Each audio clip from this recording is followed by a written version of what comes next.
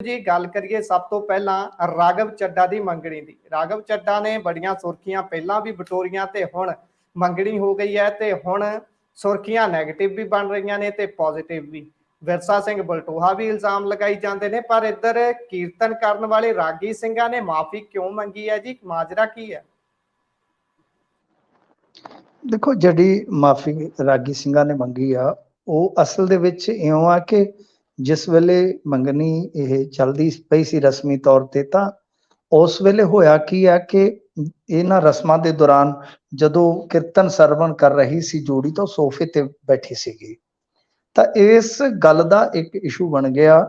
ਹਾਲਾਂਕਿ ਜੇ ਤੁਸੀਂ ਦੇਖੋਗੇ ਬੇਸ਼ੱਕ ਮਤਲਬ ਇੱਕ ਸਟੇਜ ਲੱਗੀ ਹੋਈ ਹੈ, ਸਟੇਜ ਤੇ ਜੇ ਦੇਖੋਗੇ ਤਾਂ ਜਿਹੜਾ ਕੀਰਤਨੀ ਜਥਾ ਬੈਠਾ ਹੈ ਉਹ ਉਚਾਈ ਤੇ ਆ, ਪਰ ਬਾਵਜੂਦ ਇਸ ਤੇ ਕਿਉਂਕਿ ਆਮ ਤੌਰ ਤੇ ਆਪਾਂ ਦੇਖਦੇ ਹਾਂ ਇਸ ਤਰ੍ਹਾਂ ਕੀਰਤਨ ਸਰਵਨ ਨਹੀਂ ਕੀਤਾ ਜਾਂਦਾ, ਖਾਸ ਤੌਰ ਤੇ ਜਿਹੜਾ ਕੋਈ ਰਿਸ਼ਟ ਪੁਸ਼ਟ ਹੈ, ਤਾਂ ਬਈ ਇਸ ਕਰਕੇ ਇੱਕ ਵਿਵਾਦ ਬਣ ਗਿਆ ਸੀਗਾ। ਤਾਂ ਉਸ ਤੋਂ ਬਾਅਦ ਜਿਹੜੇ ਰਾਗੀ ਸਿੰਘ ਸੀ ਉਹਨਾਂ ਨੇ ਇਹ ਗੱਲ ਸਾਫ਼ ਕੀਤੀ ਆ ਕਿ ਉੱਥੇ ਗੁਰੂ ਸਾਹਿਬ ਦਾ ਬੇਸ਼ੱਕ ਸਰੂਪ ਨਹੀਂ ਸੀ ਹੈਗਾ, ਪਰ ਬਾਵਜੂਦ ਇਸ ਤੇ ਕਿਤੇ ਨਾ ਕਿਤੇ ਉਹਨਾਂ ਨੇ ਇਹ ਚੀਜ਼ ਅਣਡਿੱਠ ਕੀਤੀ ਹੈ, ਇਹ ਚੀਜ਼ ਜਿਹੜੀ ਅਣਗੌਲਿਆਂ ਕੀਤੀ ਹੈ, ਤਾਂ ਉਹਦੇ ਵਾਸਤੇ ਉਹਨਾਂ ਦੀ ਭਾਈ ਅਪੋਲੋਜੀ ਹੈ। ਪਰ ਇਸ ਸਮਾਰੋਹ ਦੀ, ਇਸ ਸਮਾਗਮ ਦੀ ਜੇ ਵਿਵਾਦਾਂ ਦੀ ਕਹਾਣੀ ਦੇਖੋਗੇ ਉਹ ਖਾਸੀ ਲੰਬੀ ਚੌੜੀ ਆ। ਵਿਰਸਾ ਸਿੰਘ ਵਲਟੋਆ ਜਥੇਦਾਰ ਜੀ ਤੇ ਵੀ ਸਵਾਲ ਚੁੱਕ ਚੁੱਕੇ ਆ। ਇਸ ਤੋਂ ਇਲਾਵਾ ਜੇ ਤੁਸੀਂ ਦੇਖੋਗੇ ਸੋਸ਼ਲ ਮੀਡੀਆ ਤੇ ਵੀ ਇਸ ਮੁੱਦੇ ਨੂੰ ਲੈ ਕੇ ਬਹੁਤ ਜ਼ਿਆਦਾ ਹਾ ਹੱਲਾ ਮਚਿਆ ਹੋਇਆ ਸੀਗਾ, ਕਿਉਂਕਿ ਇੱਕ ਤੇ ਇਹ ਹੋਇਆ ਕਿ ਸਵਾਲ ਇਹ ਚੁੱਕਿਆ ਜਾ ਰਿਹਾ ਸੀਗਾ ਕਿ ਉੱਥੇ ਮਾਸਾਹਾਰੀ ਭੋਜਨ ਹੁੰਦਾ ਹੈ ਜਾਂ ਇਹ ਸਾਰੀਆਂ ਚੀਜ਼ਾਂ ਹੁੰਦੀਆਂ, ਤਾਂ ਜਥੇਦਾਰ ਜੀ ਦੀ ਉੱਥੇ ਹਾਜ਼ਰੀ ਜਿਹੜੀ ਹੈ ਉਹ ਬਈ ਸਹੀ ਨਹੀਂ ਹੈ, ਢੁਕਵੀਂ ਨਹੀਂ ਹੈ। ਦੂਜੀ ਚੀਜ਼ ਇੱਕ ਹੋਰ ਹੈ ਕਿ ਸਿਰੋਪਾਓ ਉੱਥੇ ਦਿੱਤੇ ਗਏ ਨੇ, ਉਹ ਇੱਕ ਵਿਵਾਦ ਦਾ ਵਿਸ਼ਾ ਹੈ। ਤੇ ਤੀਸਰੀ ਗੱਲ ਮਤਲਬ ਕਿ ਕੁਝ ਲੋਕ ਸਵਾਲ ਹੀ ਚੁੱਕ ਰਹੇ ਨੇ ਕਿ ਤੁਸੀਂ ਉੱਥੇ ਗਏ ਕਾਹਤੋਂ। ਕੁਝ ਲੋਕ ਅਮਰਤਪਾਲ ਸਿੰਘ ਦੀ ਗ੍ਰਿਫਤਾਰੀ ਨਾਲ ਜੋੜ ਰਹੇ ਕਿ ਇਹਨਾਂ ਨੇ NSA ਲਾਇਆ ਸੀਗਾ। ਕੁਝ ਲੋਕ ਤੁਹਾਨੂੰ ਪਤਾ ਹੀ ਹੈ ਕਿ ਦੂਸਰੇ ਧਰਮ ਦਾ ਵੀ ਮਸਲਾ ਚੁੱਕਦੇ ਆ।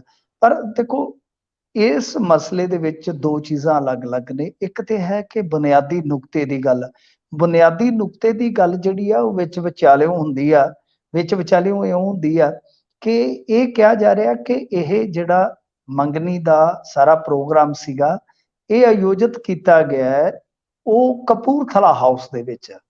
ਤਾਂ ਕਪੂਰਥਲਾ ਹਾਊਸ ਹੈ ਜਿਹੜਾ ਦਿੱਲੀ ਦੇ ਵਿੱਚ, ਉਹ ਸਿਰਫ ਕਹਿੰਦੇ ਆ ਕਿ ਵਰਤਾਅ ਚ ਜੇ ਦੇਖੋਗੇ ਤਾਂ ਸਿਰਫ ਗਵਰਨਰ ਜਾਂ ਪੰਜਾਬ ਦਾ ਜਿਹੜਾ CM ਹੈ ਉਹਦੇ ਵਾਸਤੇ ਰਾਖਵਾਂ ਹੈ, ਕੋਈ ਹੋਰ ਉੱਥੇ ਪ੍ਰੋਗਰਾਮ ਨਹੀਂ ਕੀਤਾ ਜਾ ਸਕਦਾ।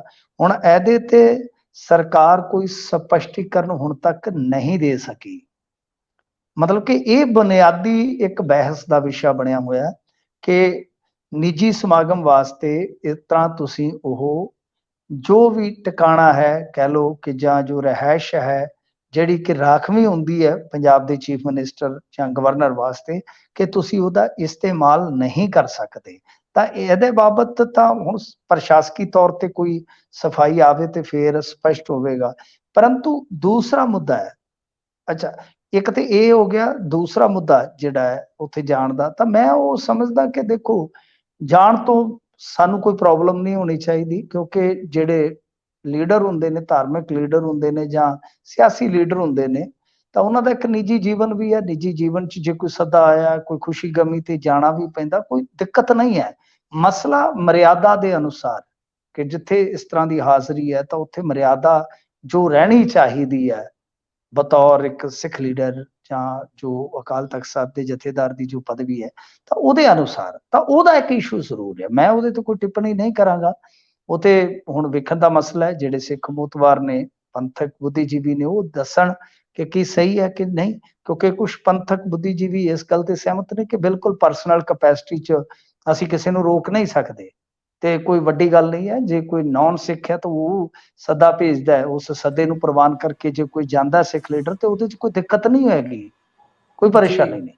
ਪਰ ਕੁਝ ਗੱਲਾਂ ਤੇ ਜਿਹੜੇ ਦੂਸਰੇ ਹੈ ਨੇ ਮਰਿਆਦਾ ਵਗੈਰਾ ਨੂੰ ਲੈ ਕੇ ਉਹ ਇਸ਼ੂ ਜ਼ਰੂਰ ਹੈਗੇ ਆ, ਤਾਂ ਉਹਦੇ ਤੇ ਨਾ ਤਾਂ ਸਪਸ਼ਟੀਕਰਨ ਹੁਣ ਤੱਕ ਜਥੇਦਾਰ ਸਾਹਿਬ ਨੇ ਦਿੱਤਾ ਹੈ ਤੇ ਨਾ ਹੀ ਮੈਂ ਜਿਵੇਂ ਤੁਹਾਨੂੰ ਕਿਹਾ ਕਿ ਕੋਈ SGPC ਦਾ ਵੀ ਕੋਈ ਵੱਡਾ ਪ੍ਰਤੀਕਰਮ ਆਇਆ, ਕਿਉਂਕਿ SGPC ਨੇ ਵੀ ਸਿੱਧੇ ਤੌਰ ਤੇ ਕਿਹਾ ਕਿ ਜਥੇਦਾਰ ਸਾਹਿਬ ਨਾਲ ਗੱਲ ਕਰਾਂਗੇ। ਅਸੀਂ ਐਸਜੀਪੀਸੀ ਦੇ ਜਿਹੜੇ ਜਨਰਲ ਸਕੱਤਰ ਨੇ ਗਰੇਵਾਲ ਸਾਹਿਬ, ਉਹਨਾਂ ਨੇ ਕਿਹਾ ਕਿ ਅਸੀਂ ਕੋਈ ਮੀਡੀਆ 'ਚ ਇਸ ਤਰ੍ਹਾਂ ਦੀ ਬਿਆਨਬਾਜ਼ੀ ਨਹੀਂ ਕਰ ਸਕਦੇ, ਅਸੀਂ ਜਥੇਦਾਰ ਸਾਹਿਬ ਨਾਲ ਗੱਲ ਕਰਾਂਗੇ। ਤਾਂ ਪਰ ਹਾਲ ਦੀ ਘੜੀ ਜਥੇਦਾਰ ਸਾਹਿਬ ਦਾ ਕੋਈ ਬਿਆਨ ਆਇਆ ਨਹੀਂ।